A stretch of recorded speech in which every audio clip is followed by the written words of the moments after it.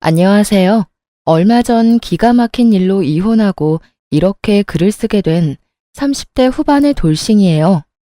저의 결혼 생활은 생각보다 짧았고 그걸 지금도 천만 다행이라고 생각하고 있어요. 저는 남편과 결혼한 지 4년 만에 이혼을 하게 됐어요. 결혼했을 당시에는 남편이 너무 잘해줘서 남편에게 문제가 있을 거라는 생각은 한 번도 해본 적이 없었어요. 제 앞에서는 완벽한 남자친구였으니까요.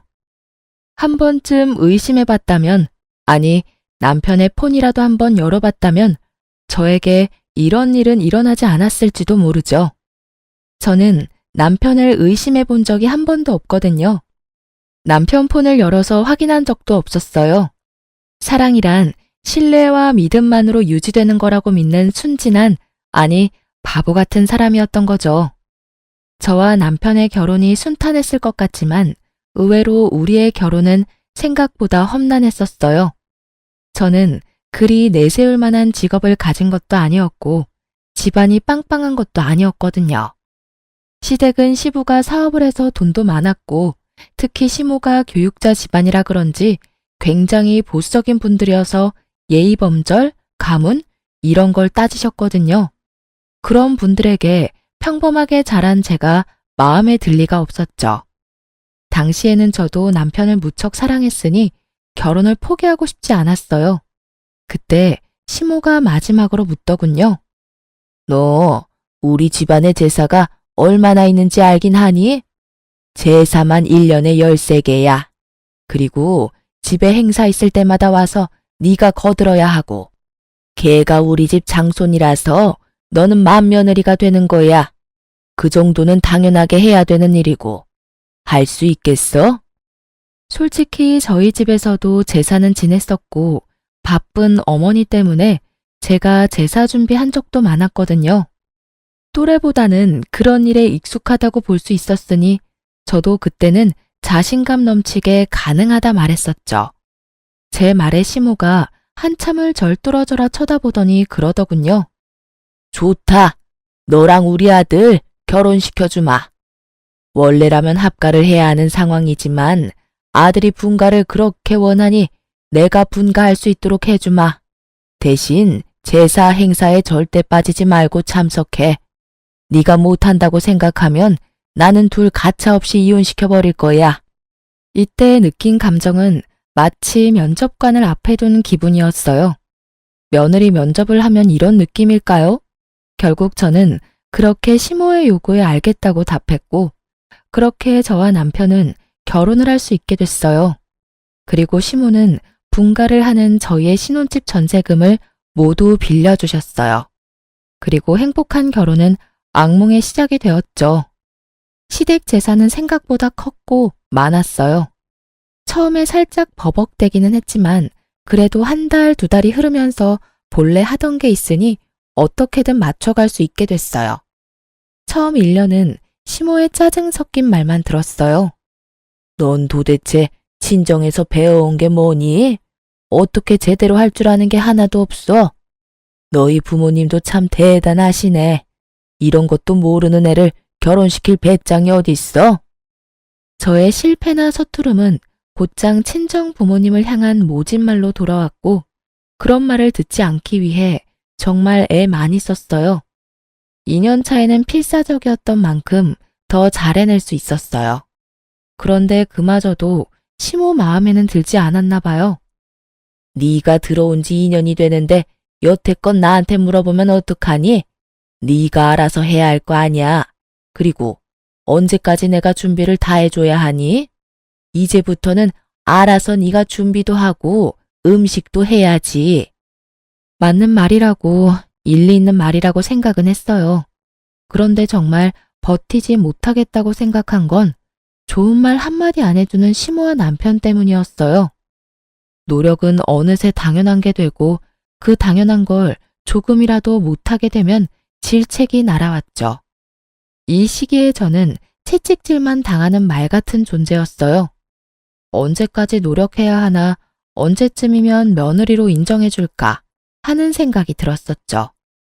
게다가 시모의 동행이나 일 요구가 심해지자 어쩔 수 없이 다니고 있던 직장까지 그만뒀어요. 시모가 한 달 용돈을 줄 테니 일을 그만두고 시댁 일에 전념하라고 했었거든요.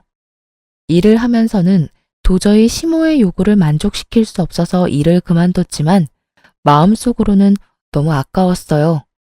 하지만 남편과의 결혼 생활 유지를 위해서는 제가 시댁에 잘할 수밖에 없다는 생각으로 시댁에 전념했었죠. 제사나 행사만큼 많이 불렸던 건 손님들 대접할 때였어요. 아버님은 사업을 하시니 만나는 분들이 많았어요. 그런 분들을 집으로 초대하면 항상 제가 불려가서 음식도 하고 청소도 하고 했었어요. 제가 일을 잘하면 잘할수록 일이 늘어나는 신기한 상황이 된 거죠. 3년 차쯤 됐을 때 시모는 손가락 하나, 턱짓 한 번으로 사람을 부려먹을 정도가 되어 있었으니까요. 결국 그런 것들이 쌓이니 저는 스트레스가 점점 늘어만 갔어요. 그리고 정말 타이밍 나쁘게도 그때 알게 된 거죠. 남편의 화려한 이중 생활을. 그날은 정말 즐거운 날이었어요. 시댁에서 절 부르지 않았고 남편과 바깥에서 식사도 했고요. 집에 들어와서는 둘이서 와인도 한잔하면서 즐거운 시간을 보내고 있는데 남편이 그날따라 과음을 했는지 소파에서 영화를 보다가 먼저 잠이 들었어요. 저는 남편에게 이불을 덮어주고 침대로 가려고 했어요.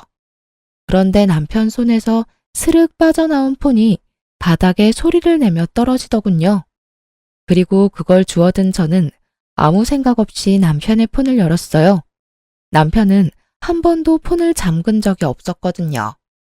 귀찮다고, 그리고 문제 있는 사람들이나 비밀로 하는 거라고요. 솔직히 여태껏 남편의 그런 말들 때문에 폰을 확인하지 않은 것도 있어요. 그날도 그냥 탁자 위에 놔둘 수도 있었던 폰이었죠. 그런데 이상하게 열어보고 싶은 기분이 들었던 건 어째서였을까요? 저는 남편의 폰을 열어 사진과 메시지, 카톡을 확인하고는 웃으며 폰을 내려놓으려 했어요. 정말 아무것도 없는 업무나 친구 연락만 있었으니까요.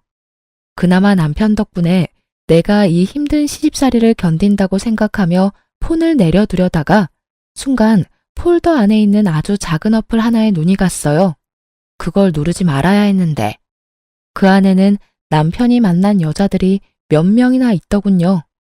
저는 남편이 바람을 필 거라는 상상도 해본 적 없었는데 이렇게 한 명도 아닌 여러 명의 여자를 보게 되니 너무 당황스럽더라고요. 남편이 그 여자들과 약속 잡은 날을 확인해 보니 거의 대부분이 제가 시모에게 불려서 시댁에 간 날들이었어요. 저는 남편과의 결혼을 유지하기 위해서 몸이 힘들어도 제사 준비, 음식 준비, 청소까지 식모처럼 일하고 있었는데 남편은 그런 저를 두고 자기 혼자 열심히 즐기고 있었더라고요. 너무나 큰 배신감과 충격에 부들부들 떨며 혼자 소갈이 하던 저는 잠도 제대로 못 자고 그날 하루를 뜬 눈으로 지새웠어요. 그리고 그 다음날 남편이 일어나자마자 묻지도 따지지도 않고 말했죠. 나랑 이혼해줘. 자다 깬 남편 얼굴이 당황스러움으로 바뀌더군요. 그럴 수밖에요. 제가 장난으로라도 헤어지자거나 이혼하자는 말은 한 적이 없었거든요. 연애를 하고 있는 동안에도요. 그런 제가 뜬금없이 앞뒤 다 잘라먹고 이혼하자니 남편이 당황할 수밖에요. 뜬금없이 아침부터 무슨 소리야? 무슨 일 있어? 집안일이 힘들어? 엄마가 괴롭혀? 지 탓이라는 생각은 전혀 안 하고 시댁 문제를 들먹이는 남편을 보는데 역겨워서 구토가 나올 것 같더군요. 저렇게 나를 위하는 척하면서 뒤로는 다른 여자 만나면서 온갖 더러운 짓을 다 했을 거라 생각하니 진짜 너무 견딜 수 없을 만큼 더러운 기분이었어요. 시댁 일 힘들지. 내가 왜 그 힘든 일을 해냈는데? 당신이랑 결혼 생활 유지하려고 그런 거였잖아. 그런데 당신 나 시댁에서 일하는 동안 데이트 앱으로 여자 만났더라? 어떻게 그럴 수가 있어? 제 말에 남편 눈이 크게 떠지더니 아차 싶은 표정이더군요. 자신의 외도가 들켰음에도 남편은 크게 당황하지 않았어요. 미안해, 여보. 그치만 하늘에 맹세코 그 여자들한테 마음 준 적 단 한 번도 없어. 다 그냥 노는 애들이야. 그냥 그렇게 잠깐 만나고 헤어지는 그런 사람들이야. 2번 볼 사이도 아니고 용건만 끝나면 다신 볼 일 없는 사람들. 그런 사람들이랑 자기랑은 다르지. 이런 말을 들으니 기가 차서 말이 안 나오더라고요. 마음은 준 적 없고 몸은 줬다. 그러니 봐달라. 어디서 이런 미친 발상이 떠오르는지 도무지 상상도 안 됐어요. 지금 그걸 위로라고 하는 말이야? 아니면 돌려서 나 까는 거니? 그것도 아니면 지금 이 순간을 모면하려고 그냥 던진 말? 어떻게 당신이 나한테 그런 말을 해? 당신 마음이 나한테 있으니 몸은 마음대로 굴려도 된다 이거야? 내가 받은 배신감, 내가 느낀 이 더러운 감정은 어쩌고. 당신이 그딴 식으로 가볍게 미친 소리 한다고 해결될 일 아니잖아. 나도 가벼운 마음으로 이렇게 말하는 거 아니야. 나한테는 진짜 당신뿐이라니까. 봐, 어떤 여자도 오래 만난 적 없어. 당신만큼 나를 완벽하게 해주는 여자도 없고, 무엇보다 내 아내라는 자리에 당신보다 더 완벽한 여자도 없어. 그거면 되잖아. 솔직히 내가 당신을 얼마나 잘 챙겼는지는 당신도 잘 알잖아. 서프라이즈도 자주 해줘. 당신 위해서 선물도 많이 해줘. 당신 집에 있을 때는 다른 곳에 가지도 않고 당신한테 오잖아. 이 정도면 내 마음을 의심하는 것도 이상하지 않아? 난 정말로 당신뿐이야. 다른 여자들 신경 쓸 것 하나도 없어. 그 여자들은 그냥 노는데 필요한 것들이니까. 남편 말대로 남편이 저와 있는 동안만은 잘해줬으니 저도 의심하지 않았었죠. 그런데 그런 저에게 남편이 이런 짓을 하다니. 그만해. 더 이상 듣고 싶지 않아. 당신의 사랑이 이런 가벼운 것인 줄 알았으면 당신이랑 결혼조차 생각 안 했을 거야. 서프라이즈, 선물을 많이 해주면 바람 펴도 되는 거야? 나하고 있는 시간에만 충실하면 내가 없는 시간에는 다른 여자 만나는 게 당연한 거냐고. 여보, 나는 지금 이 상태에서 벗어나고 싶지는 않아. 당신처럼 완벽한 아내이자 며느리는 찾기 힘들잖아. 요즘에 누가 제사를 그만큼 지내고 시댁 일에 헌신을 다해? 어딜 찾아봐도 당신뿐이야. 당신이 있으니 우리가 이렇게 잘 사는 거고. 부모님 도움 받아가며 편하게 사는 거잖아. 내가 시댁 일에 헌신할수록 제 지가 빵빵해지고 쉬는 날 많아지니 이 상태를 유지하고 싶다는 말을 빙빙 돌려 말하는 남편놈도 역겨웠어요. 저를 시댁에 대한 방패로 세워두고 혼자 열심히 즐길 생각으로 가득 차 보였으니 말이죠. 반성을 하고 미안한 마음을 가진 인간의 말이 아니었어요. 됐어. 당신 말 듣고 싶지 않아. 나는 그냥 이혼하고 싶어. 당신이랑 이렇게 말하고 있는 지금도 기분이 너무 더럽고 귀가 썩어가는 기분이야. 이혼해. 여보, 미안하다니까. 한 번이잖아. 딱 한 번 걸렸잖아. 그렇게 바로 나랑 이혼하겠다고 하면 내가 뭐가 돼? 나도 반성할 기회를 줘. 몇 달간만이라도 유예를 줘. 그래야 내가 반성하고 있는지 당신도 알 거 아니야. 그딴 말 귀에 들어오지도 않았어요. 남편은 다시 이야기하자며 저를 달랬지만 전혀 달래지지 않은 채였죠. 배신감과 분노로 머리가 어떻게 되는 것 같았거든요. 게다가 그날 시모가 저를 불렀어요. 아가씨의 결혼식에 입을 한복을 보러 가는데 저에게 같이 가자고 하셨거든요. 그런 일 정도는 아가씨와 함께 갔으면 좋았을 테지만 시모는 악착같이 저를 데리고 다니려고 했어요. 결국 불려가서 시모의 비서 노릇을 하다가 시댁으로 돌아왔어요. 마음이 안 좋으니 내내 한숨만 나왔고 그 모습을 보던 시모가 제게 한마디 하더라고요. 오늘따라 한숨을 왜 그렇게 쉬어? 너 한숨 한 번 쉴 때마다 복이 얼마나 날아가는지 모르니? 네 복 날아가는 건 상관없지만 내 아들 복 날아가는 건 싫은데? 그게... 말해봐. 무슨 일이야? 돈이 모자라? 설마 나 따라다니는 게 힘들어서 그러니? 마지막은 좀 그럴듯하다고 생각하며 저는 시모에게 사실대로 말했어요. 사실은 그이가 바람을 폈어요. 인터넷으로 여자 만나는 걸로. 뭐? 시모의 얼굴이 귀신같이 변하더군요. 시모는 교사를 했었던 터라 그런 일을 무척 싫어하셨어요. 시모가 완전 화내면서 남편을 불렀어요. 불려온 남편이 눈빛으로 제 탓을 하길래 저는 눈을 피했어요. 엄연히 잘못한 건 남편이니까요. 너 며느리 두고 바람 폈어? 어머니, 그런 거 아니에요. 그냥 한 번만 만난 것뿐인데 이 사람이 너무 과하게 생각하는 거예요. 거짓말하지 마. 거기는 여자 목록만도 여럿이야. 한 번만 만났겠지. 여러 명을 한 번씩 만났으니까 잘못이 없다고 말할 거야? 우리끼리 이야기하자고 했는데 왜 어머니한테 말한 거야? 남편의 푸념에 시모가 큰 소리 치더군요. 그만. 둘 다 어른을 앞에 두고 이게 무슨 짓이야? 그리고 네 행동에 이 엄마 아빠의 명예가 걸려있다고 내가 몇 번을 말했어. 여자를 만날 거면 조용히 뒤탈 없는 여자로 만나. 너 때문에 아버지 사업에 문제 일으키면 우리가 주던 지원은 다 끊을 거다. 내 명의의 너희 신혼집이며 매달 주는 용돈이며 다 끊어버릴 테니까 지금 당장 내 눈앞에서 다 정리해. 혼내는 것도 참 시모답다 싶었어요. 부모님 이름에 똥칠하지 말고 뒤탈 없는 여자를 만나라니.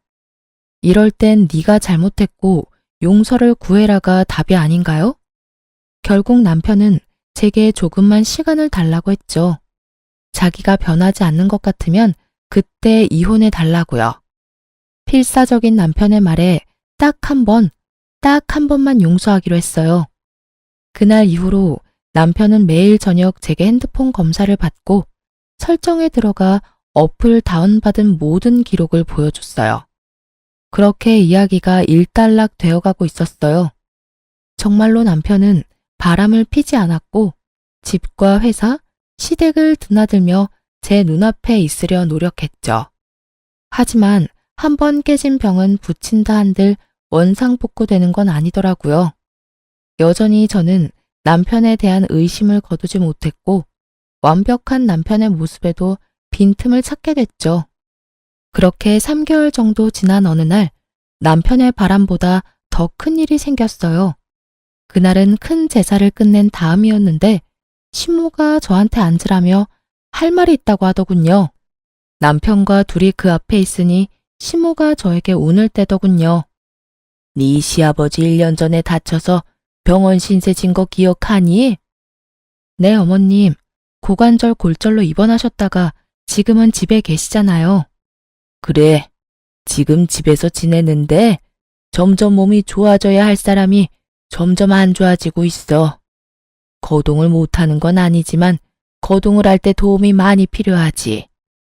여태 나랑 네 신우가 움직이는 거 도와줬는데 이제는 네 신우도 결혼하고 나면 여기 못 올 거고 나도 늙어서 힘을 못 쓰니 네가 들어와서 네 시아버지 수발을 좀 들었으면 좋겠구나.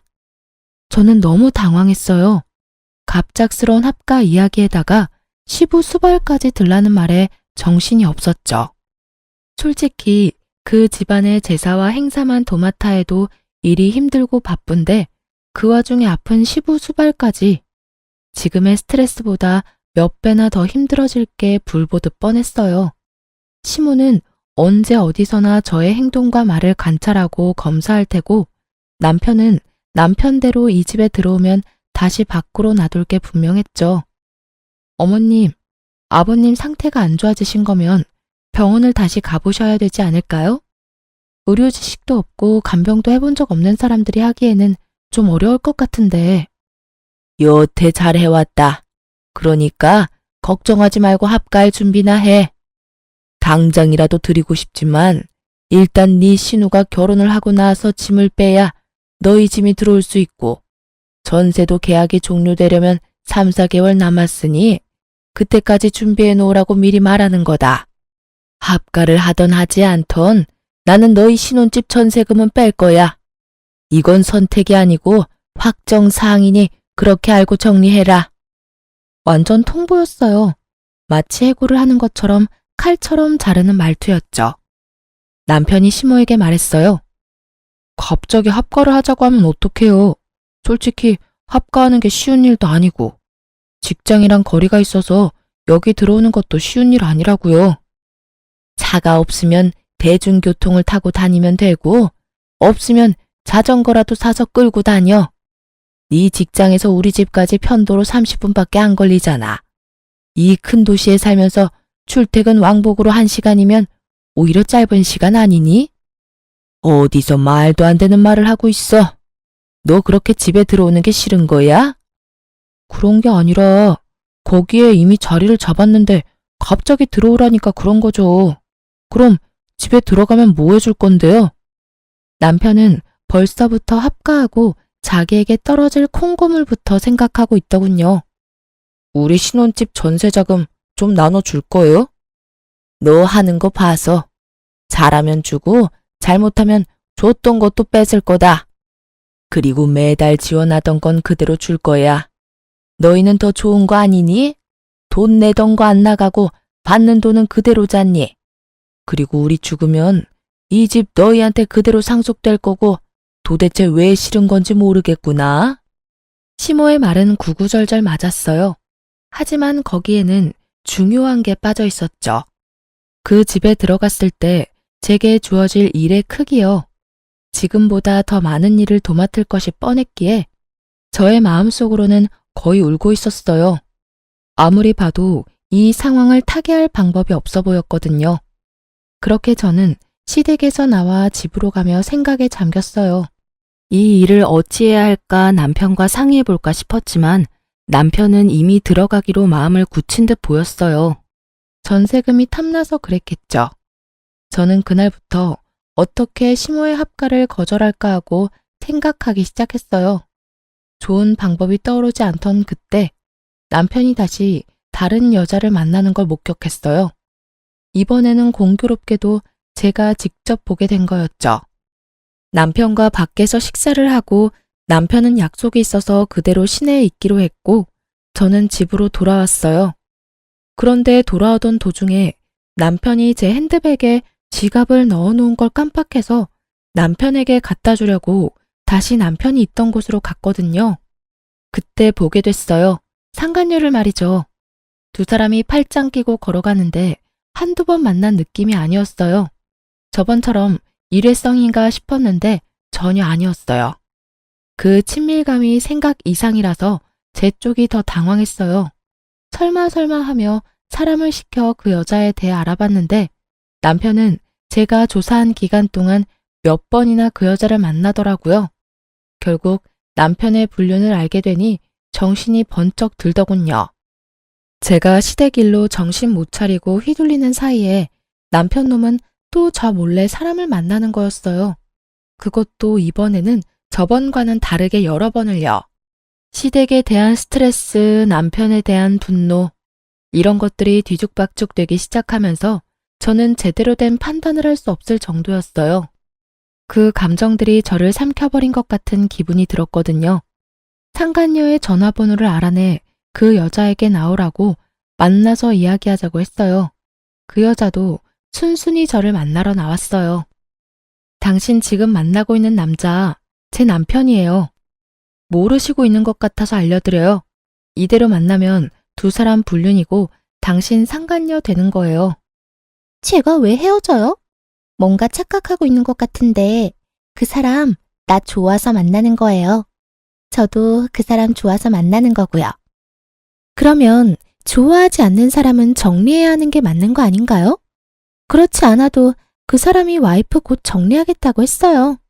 전 그 이야기만 믿고 있어요. 당신이 하는 말 들을 필요 없을 것 같은데요? 이보세요. 당신 이대로 내 남편 만나면 상간녀 되는 거예요. 그렇게 살고 싶어요? 어떻게 남의 남자 뺏어가고는 이렇게 뻔뻔할 만큼 당당해요. 불륜도 뭐 사랑이라고 말하고 싶은가 본데 아무리 치장해도 당신이랑 남편 사이는 더러운 불륜 그 이상도 그 이하도 아니야. 더럽다 그러는데 그쪽이야말로 더 역겹지. 서류상으로만 아니지 그 사람이 당신 사랑하는 걸로 착각하나 본데 그거 사랑 아니야. 나한테 다 이야기해줬거든? 시댁 지원 받으려면 완벽한 며느리가 필요하대서 들인 아내라고. 그래서 금이야 오기야 열심히 치장해주는 거라고 하던데? 아무것도 모르는 게 누군데 지금 여기서 큰 소리야? 저는 그 이야기에 정말 주저앉고 싶을 정도로 충격받았어요. 어렴풋이, 아니 사실은 느끼고 있었어요. 남편이 저를 그럴 용도로 사용하는 게 아닌가 하고, 저를 시댁에 보내놓고 시댁에 비위를 맞춰 지원을 받으려는 그런 용도, 그저 완벽한 며느리. 제 용도가 그것뿐이라면 제가 굳이 여기 매달려 있을 필요는 없잖아요. 저는 상간녀 눈앞에서 남편에게 전화해서 당장 여기로 오라고 했어요. 남편은 죄책감이라고는 전혀 없는 얼굴로 나타났죠. 당신이 어떻게 나한테 이래? 저번에 분명히 다른 여자와 만나지 않겠다고 약속하지 않았어? 어디까지 나를 비참하게 만들어야 속이 시원하니? 도대체 나는 당신한테 뭐였어? 당신은 완벽한 아내이자 우리 집 며느리였잖아. 당신 덕분에 일이 잘 풀린 것도 많았고, 그래서 미안하게 생각해. 나 때문에 이런 일이 벌어져서. 그래도 나는 내 마음 속이는 일은 못해. 당신한테는 미안하지만 이 여자랑 같이 살고 싶어. 그래서 만남 지속한 거고. 야, 이 나쁜 놈아. 네가 어떻게... 와, 진짜 너무 열받아서 욕도 안 나와. 네가 사람 새끼는 맞아? 짐승 같은 새끼. 내가 여태껏 어떤 마음으로 시댁과 당신한테 했는데 내 뒤통수를 이렇게 때릴 수가 있어? 당신이 나 없이 잘 해낼 수 있을 거라고 생각해? 당신 없으면 뭐가 어떻게 되는데? 이 여자 웃기네. 당신이 와이프라고 뭐라도 된 것처럼 행동하는데 나라고 당신이 하는 일을 왜 못하겠어? 여기서 미친 짓 그만하고 그냥 깨끗하게 헤어져. 그게 훨씬 덜 비참할걸? 상간녀의 그 말에 저는 한바탕 퍼부어주려다가 언뜻 그런 생각이 들었어요. 이렇게 비참하게 내가 살아야 하는 건가? 이 남자에게 매달려 본처 자리를 꿰고 있어도 나한테 돌아오는 건 아무것도 없지 않을까 하고요.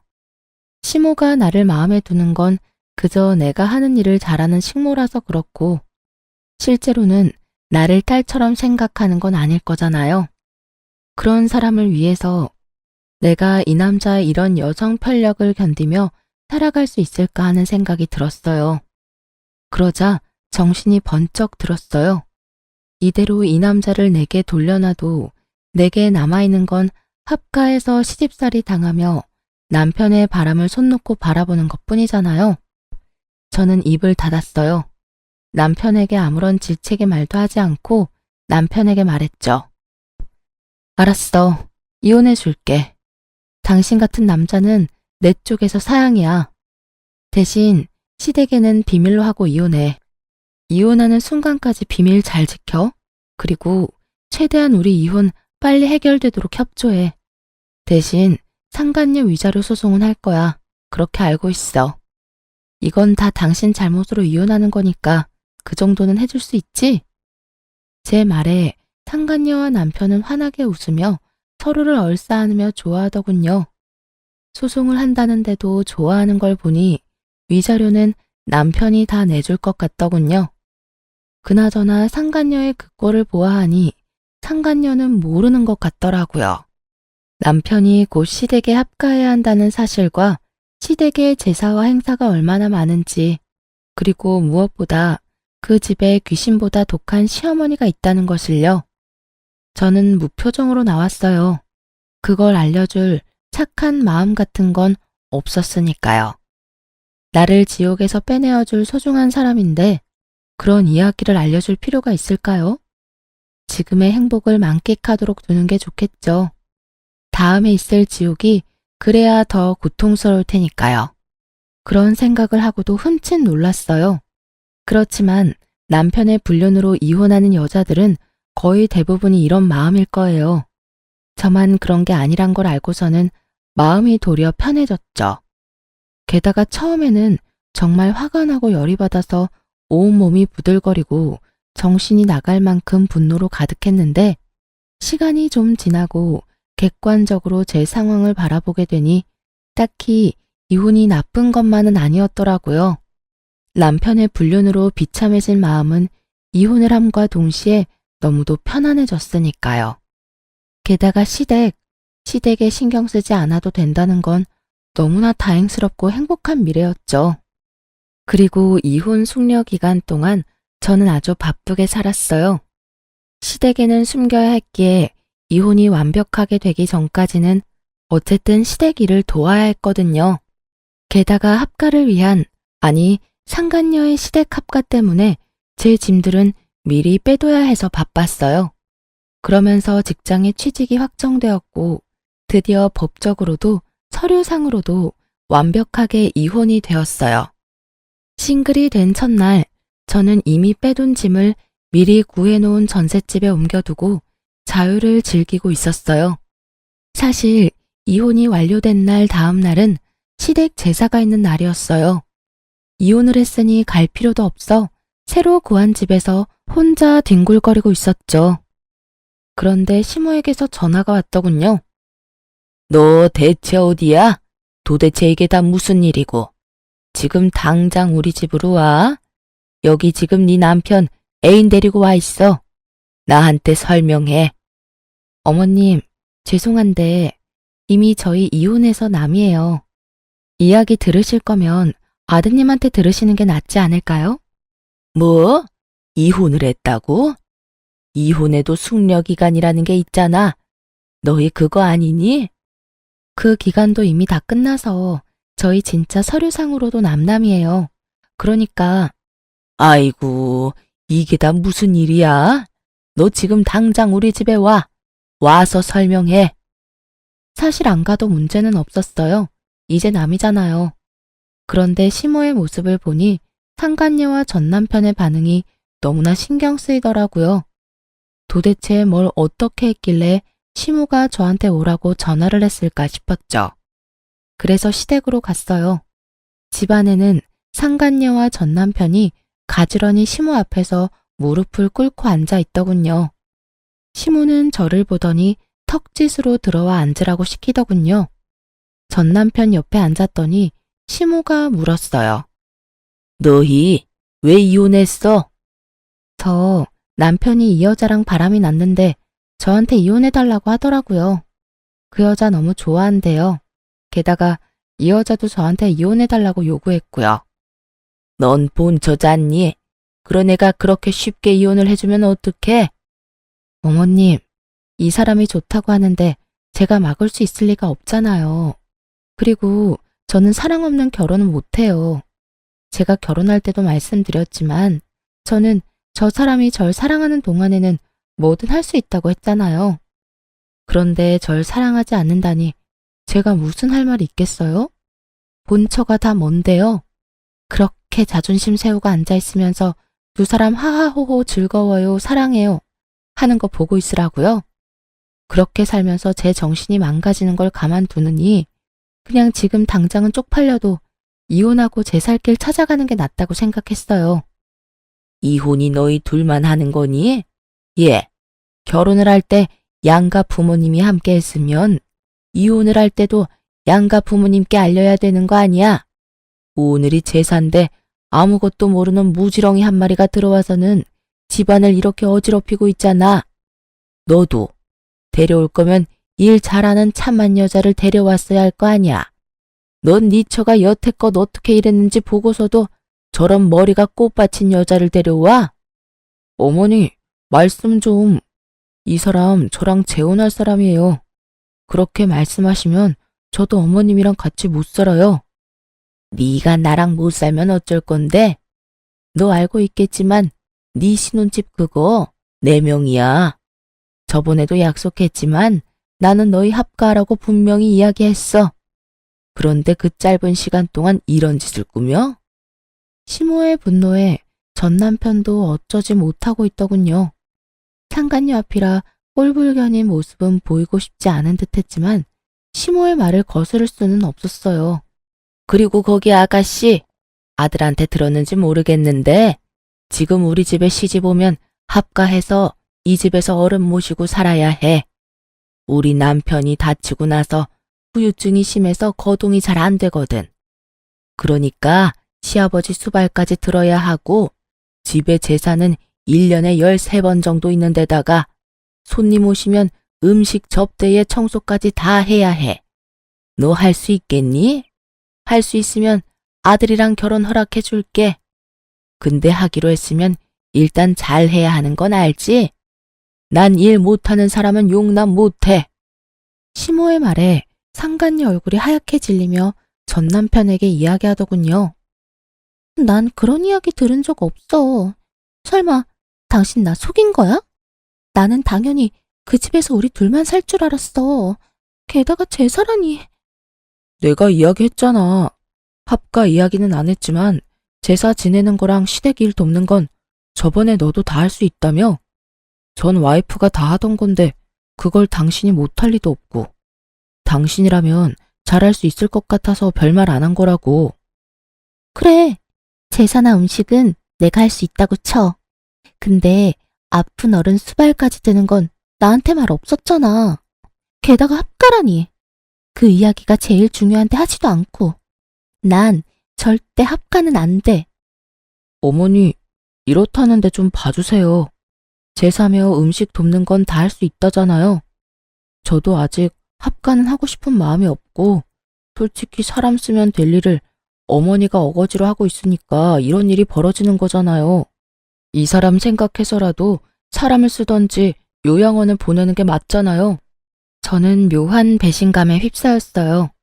제가 고생하는 걸 다 보고 느꼈으면서도 저와는 결혼 기간 중에는 시모에게 아무 말 없었던 전 남편에게 이미 지난 일이었지만 배신감을 느꼈죠.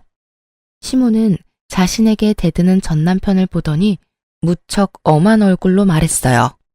합가하기 싫으면 따로 나가 살아. 너희 돈으로. 나는 절대로 분가에는 돈 못 대준다. 그리고 합가해서 살지 않으면 너희한테 지원하던 것도 다 끊을 거고 상속도 없을 줄 알아. 네가 믿지 못할 수도 있을 것 같으니 일단 네가 쓰는 카드부터 정지하마. 결국 그렇게 카드까지 정지 먹은 전 남편은 모아놓은 돈이 없어서 상간녀와 함께 울며 겨자 먹기로 시댁에 합가하기로 했더라고요. 좀 전에 느낀 배신감이 순식간에 사라질 만큼 상간녀와 남편의 실망한 얼굴이 너무 좋았어요. 그럼요.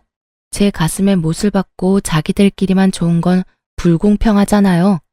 저는 그 집에서 나왔고 전 남편과 상간녀에게 위자료를 꼬박꼬박 받고 있었어요.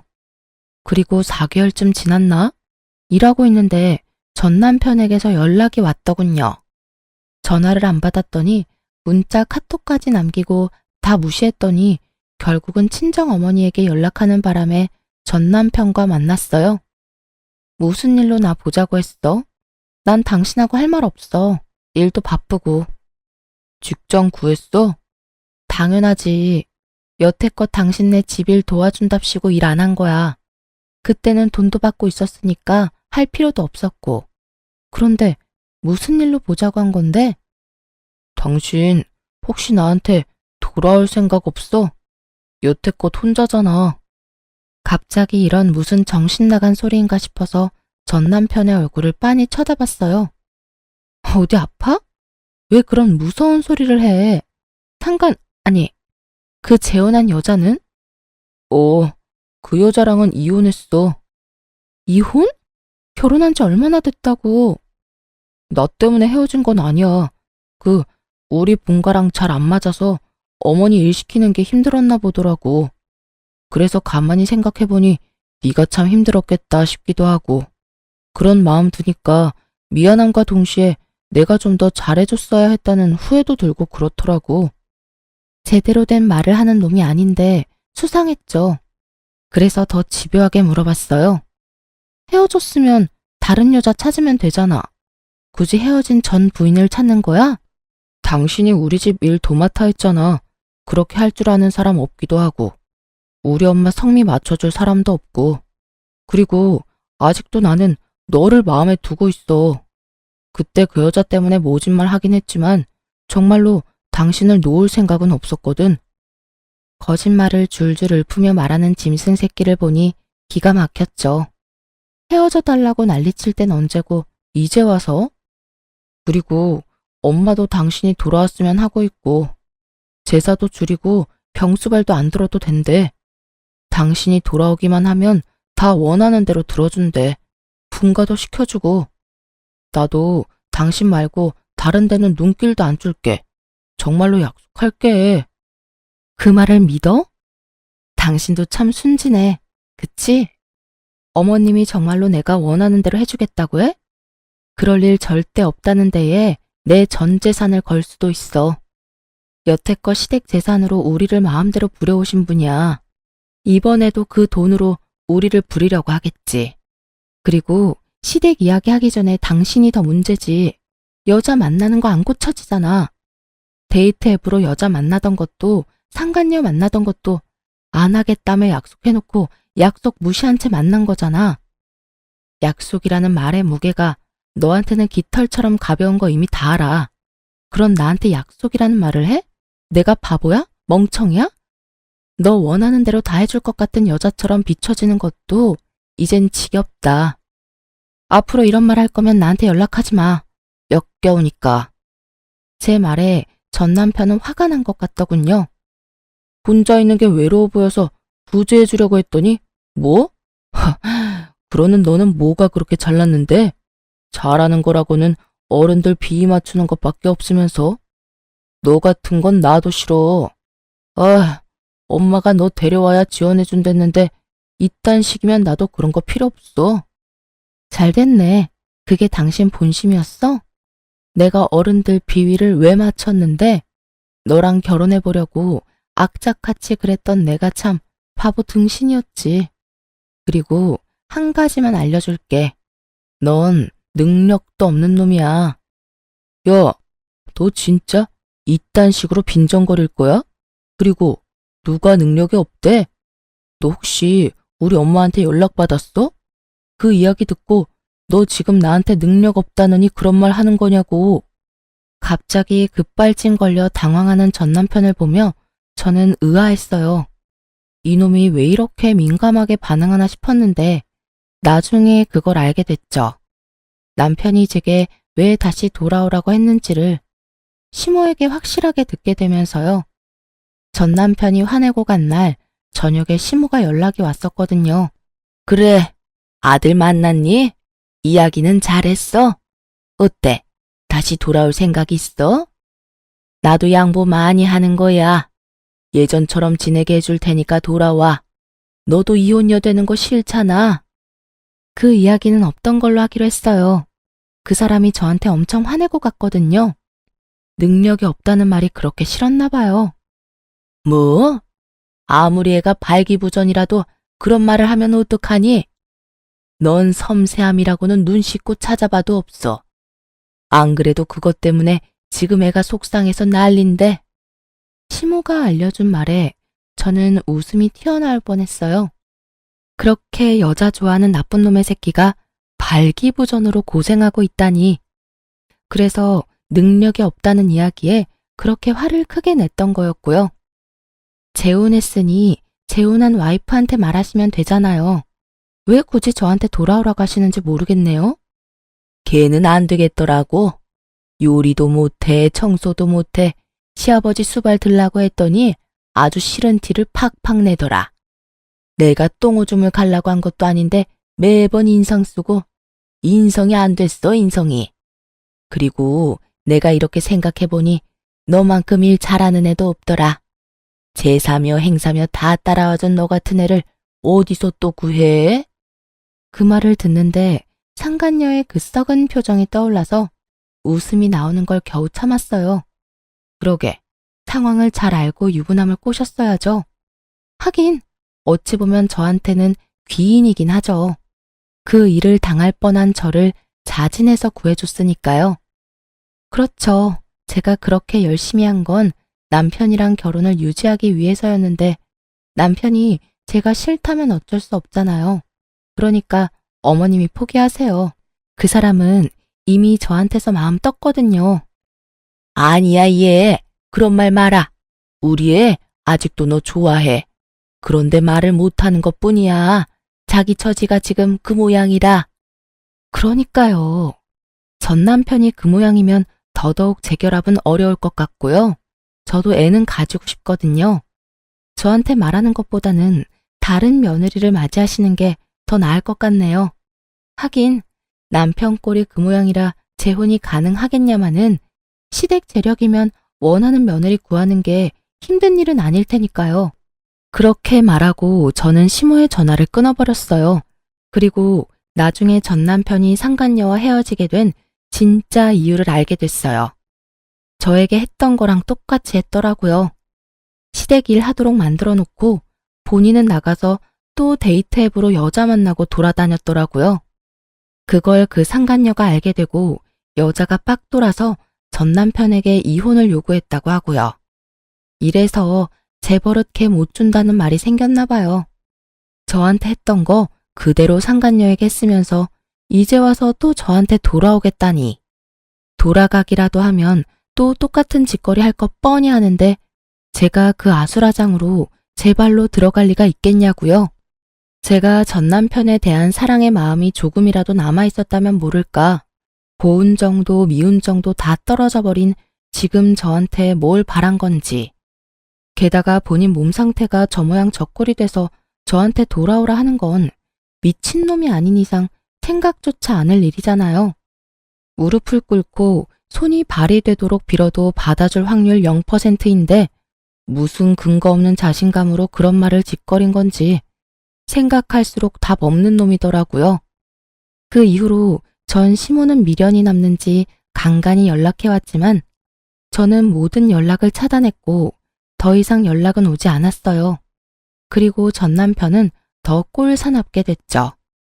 그 나이에 돈 없어서 부모에게서 독립도 못하고 그 몸 때문에 여자도 못 만나고 이혼을 2번이나 하는 바람에 시모에게 혼나서 눈치만 보는 불쌍한 남자가 됐죠.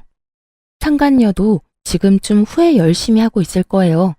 전 남편과 결혼할 때 상간녀는 초혼이었거든요. 첫 결혼에 호되게 당하고 스트레스 받다가 저에게 당했던 그대로 당하고 헤어지게 되었으니 자기가 뿌린 대로 열심히 거둔 거니 할 말은 없겠죠. 이혼 후에 저는 결혼 전으로 돌아간 기분이에요. 그리고 지금은 뭐든 제 마음대로 할 수 있으니까요. 글을 쓰면서 그때 일을 떠올리니 여전히 기분이 더럽네요. 그렇지만 이제는 다 지난 일이고 남들에게 허심탄회하게 이야기하고 나니 속이 시원해요. 이 사연을 다 들은 여러분도 제가 많이 답답하게 느껴지셨겠죠? 하지만 그땐 저도 시모의 경제력이 제 가정에 도움이 된다면 그 정도 노력은 할 수 있다고 생각했었죠. 지나고 나선 얼마나 바보 같은 생각이었는지 알게 되었고요. 저는 제 가정을 지키기 위해 부단히 노력했는데 시원하게 제 뒤통수나 쳐버린 전 남편에게 하늘도 노해서 천벌을 내렸나 싶더라고요. 영원히 그놈은 죽기 전까지 평생 고통받았으면 좋겠어요. 그리고 마지막으로 이렇게 서투른 사연을 읽어주셔서 무척 감사합니다. 오늘도 좋은 하루 되시길 바랍니다.